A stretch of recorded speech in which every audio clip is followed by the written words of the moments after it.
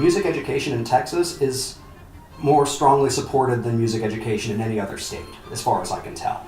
It's a really, really big deal here. I think a lot of that comes from the high school football culture, where the football is a really big thing for high schools, and so if you can't play football, you'll be in the band. And so the band is very supported, and there's a lot of money from the parents, from the boosters. Texas has been very fortunate in the economy in Texas is doing great. All over the country, bands are being cut, music's being cut from public education, and in Texas that's not happening. They're building new schools all the time, and as all the sprawl happens with Dallas and Houston, those cities get bigger and bigger. They build more and more schools, they add more and more bands, and they play a contest every spring, and so they take it very seriously and they want to play really well. Yeah, I didn't really know what concert band was when I started writing for band. I thought band and I thought marching and I thought 4/4. So, but even with like high schools, yes, they march in the fall during football season, but then in the spring, they play contests and they play concert music at contests. So they play sitting down, So and they don't they're not throwing rifles in the air when they're playing in the concert hall. So I didn't really know that. I mean, it's what basically the Wind Ensemble is it's like an orchestra in that it's about the same number of people, only the personnel is divided differently. There are no strings. Instead, you get extra clarinets, you get a saxophone section, and you get just a lot of extra percussion. So and you get a euphonium in there too.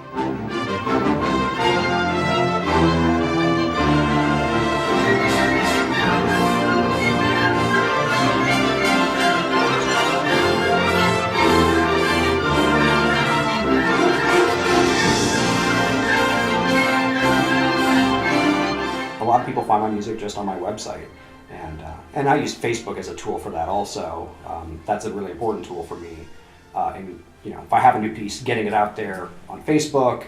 If I'm writing a piece, I use Facebook because often I really don't know still how the euphonium works, which is an instrument in a wind ensemble, but not in an orchestra. And so I'll ask questions like, oh, can I take the euphonium up to this note?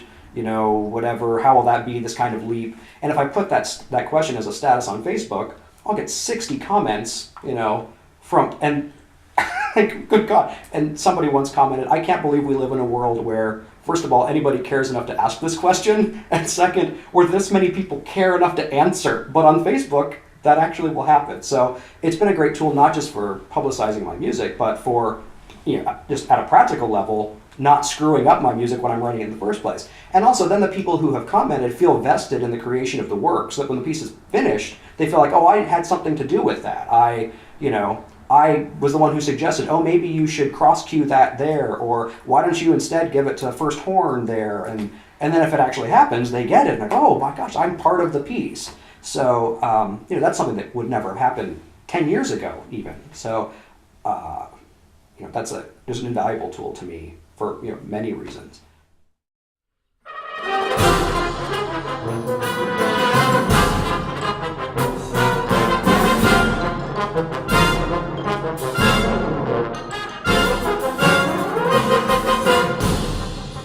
But if you want to write, advanced level wind ensemble music, you need to, I think, not listen to only wind ensemble music when you first approach it. You need to write music that happens to be played by a college wind ensemble.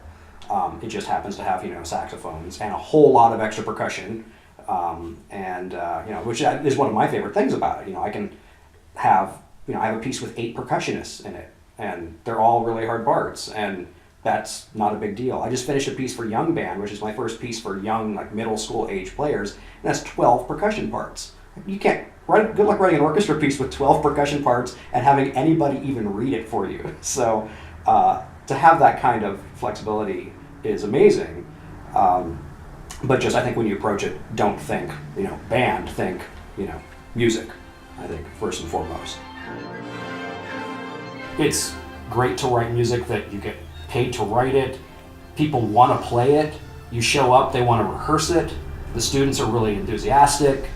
And you can write music as difficult as you would write for an orchestra, because they'll have 6 weeks of rehearsal time and they can get the stuff right in that amount of time. So I love doing it, and I don't write different music for band than I would write for orchestras. The difference is now it gets played.